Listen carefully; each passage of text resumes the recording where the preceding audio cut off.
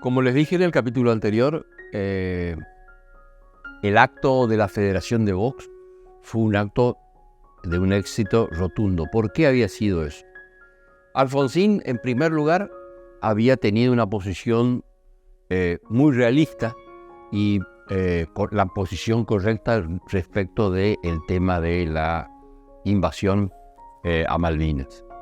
Ese había sido, seguramente al principio, mucha gente resistió, como quien les habla resistió esa posición.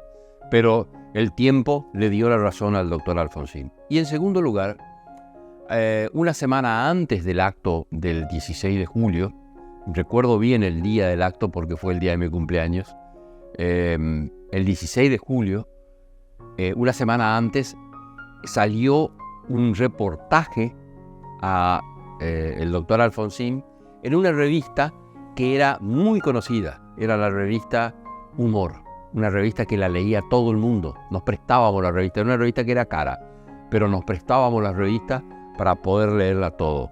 Miles y miles de argentinos leían esa revista que tenía una enorme tirada y había salido ese reportaje donde Alfonsín planteaba sus posiciones respecto a política internacional, respecto a derechos humanos y distintas cuestiones de la época, digamos, ¿no? Y por supuesto había tenido un altísimo impacto, sobre todo en la juventud, ese reportaje en la revista Humor. Eso fue el 16 de julio. Imagínense ustedes que el 14 de junio, un mes y 2 días antes, había sido la rendición en Malvinas. Y Alfonsín largaba el 16 de julio una movilización importante, una movilización que le permitiría a lo largo de ese año 1982, en primer lugar, llevar adelante un proceso de afiliación masiva.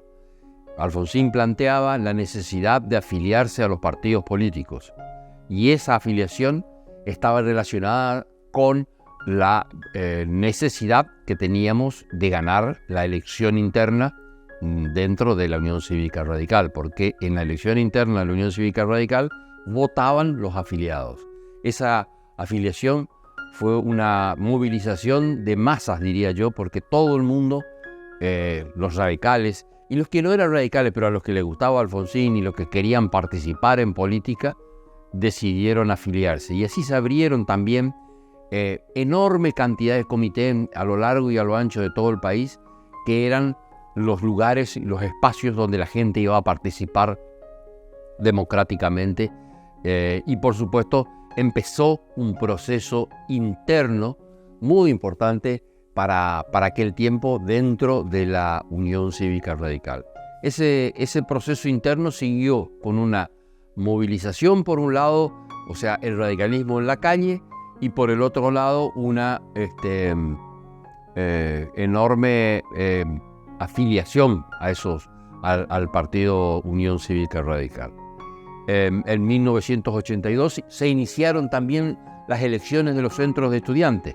¿Por qué? Porque el gobierno militar había convocado a elecciones y se iniciaron las elecciones en los centros de estudiantes.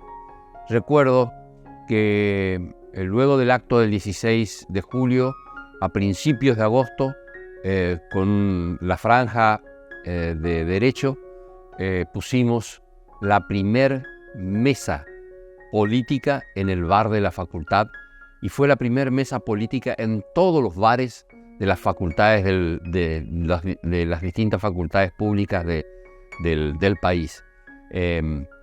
Mucho miedo porque no sabíamos si terminábamos presos o no. Es más, el policía de la facultad que nos anotaba todos los días, todos los meses nos tomaba asistencia, decíamos nosotros, porque nos hacía firmar que estábamos en la facultad, que estábamos cursando, y qué sé yo, una forma de controlarnos y tenernos a soga, digamos.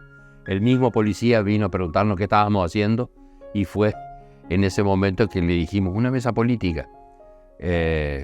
Con mucho miedo, el policía nos dijo, miedo nuestro, el policía nos dijo, bueno, está bien.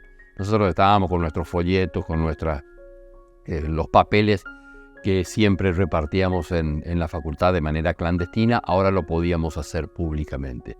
La gente nos miraba porque decía, El cartel era un cartelito de cartón que todavía tengo, y decía franja morada, nada más que eso, que lo habíamos pintado entre nosotros, los militantes, porque no teníamos otra forma de hacerlo en ese tiempo. Así que ese año 1982, como les decía, fue un año de gran movilización y de afiliación masiva, elecciones en algunos centros de estudiantes. El primero fue el de la Facultad de Ingeniería de Buenos Aires.